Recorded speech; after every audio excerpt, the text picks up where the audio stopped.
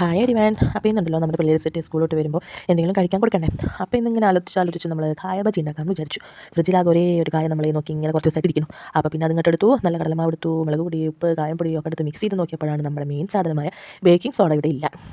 പിന്നെ എന്തായാലും കലക്കിയതല്ലേ, baking soda ഇല്ലാതെ അങ്ങനെ ഉണ്ടാക്കാമെന്ന് വിചാരിച്ചു. കുറച്ച് കഴിഞ്ഞ് നോക്കിയപ്പോൾ ആ മാവൊന്നും പൊന്തി വന്നില്ല കേട്ടോ. എന്നാലും കുഴപ്പമില്ല, ഉള്ളതാവട്ടെ എന്ന് വിചാരിച്ച് കായ എടുത്താണ്ട് ബജി ഉണ്ടാക്കി. ഒരു ജീവനില്ലാന്നേ, ഒരു ഉഷാറില്ലാത്തൊരു ബജി.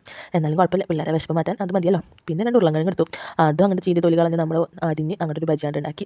ഇത് രണ്ടും ആയപ്പോഴാടോ എനിക്കൊരു ബുദ്ധി. എനിക്ക് ഏറ്റവും ഇഷ്ടം മുളക് ബജിയാണ്. എന്നാൽ പിന്നെ മുളക് ബജി കഴിക്കാനൊരു വലിയ അതിയായ ആഗ്രഹം. അന്ന് മുളകുണ്ടോ അതോട്ട് ഇല്ലെന്താനും. എന്നാലും നമ്മൾ ആഗ്രഹിച്ച കാര്യങ്ങളൊക്കെ നമ്മൾ നടത്തണമല്ലോ, പ്രത്യേകിച്ച് ഇത്ര ചെറിയൊരു കാര്യം. അപ്പോൾ പിന്നെ ഫ്രിഡ്ജ് തുറന്ന് നമ്മൾ നല്ല അങ്ങാടി മുളക് ഉണ്ടല്ലോ, നമ്മൾ നല്ല കറി വെക്കാനൊക്കെ എടുക്കുന്ന മുളക്, അതങ്ങോട്ട് എടുത്ത് 4 ചീന്ത അങ്ങോട്ട് ചീന്തി നമ്മൾ കടലമാവിൽ മുക്കി അങ്ങോട്ട് പൊരിച്ച്. പിള്ളേർ ചോദിച്ചുമ്പോൾ ചെയ്ത് എന്തിനാലും നല്ല എരിവാവില്ലേ എന്താ ചോദിച്ചു. അവിടെ അത് അമ്മച്ചീൻ്റെ വിട്ട് കൊടുക്കുന്നത്. അമ്മച്ചി പറഞ്ഞു ഉച്ചയ്ക്ക് എരിവ് ഇഷ്ടം, ഉച്ചയ്ക്ക് കായ് ബജി ഒന്നും. ചായ കുടിച്ചപ്പോഴല്ലേ നമ്മൾ പെട്ടല്ല അറിയണത്. പിള്ളേരൊക്കെ കായ് ബജിയും ഉരുളൻകിഴങ്ങ് ബജിയും ഒക്കെ തിന്നു. നമുക്കുണ്ട് അത് തിന്നാൻ പറ്റുന്നത്. ഒറ്റ കടിയോടുകൂടി നമ്മുടെ വയറ്റിൽ എല്ലാ സാധനങ്ങളും അങ്ങോട്ട് കത്തി പുകയാൻ തുടങ്ങി. അമ്മ അതിരി എരിവ്, എന്തെരുവാണ് എൻ്റെ എന്താ റബ്ബേ. ചെയ്യാ? ലാസ്റ്റ് എന്ത് ചെയ്ത് അതിൻ്റെ മുകളിലത്തെ എല്ലാ കടലമാവും പൊളിച്ച് ഇരുന്ന് തിന്നു ഞാൻ.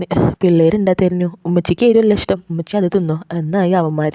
അപ്പം പിന്നെ നമ്മൾ എന്ത് ചെയ്യാനാ, ആ കടലമാവ് മൊത്തം കുത്തി ഇരുന്ന് തിന്ന്.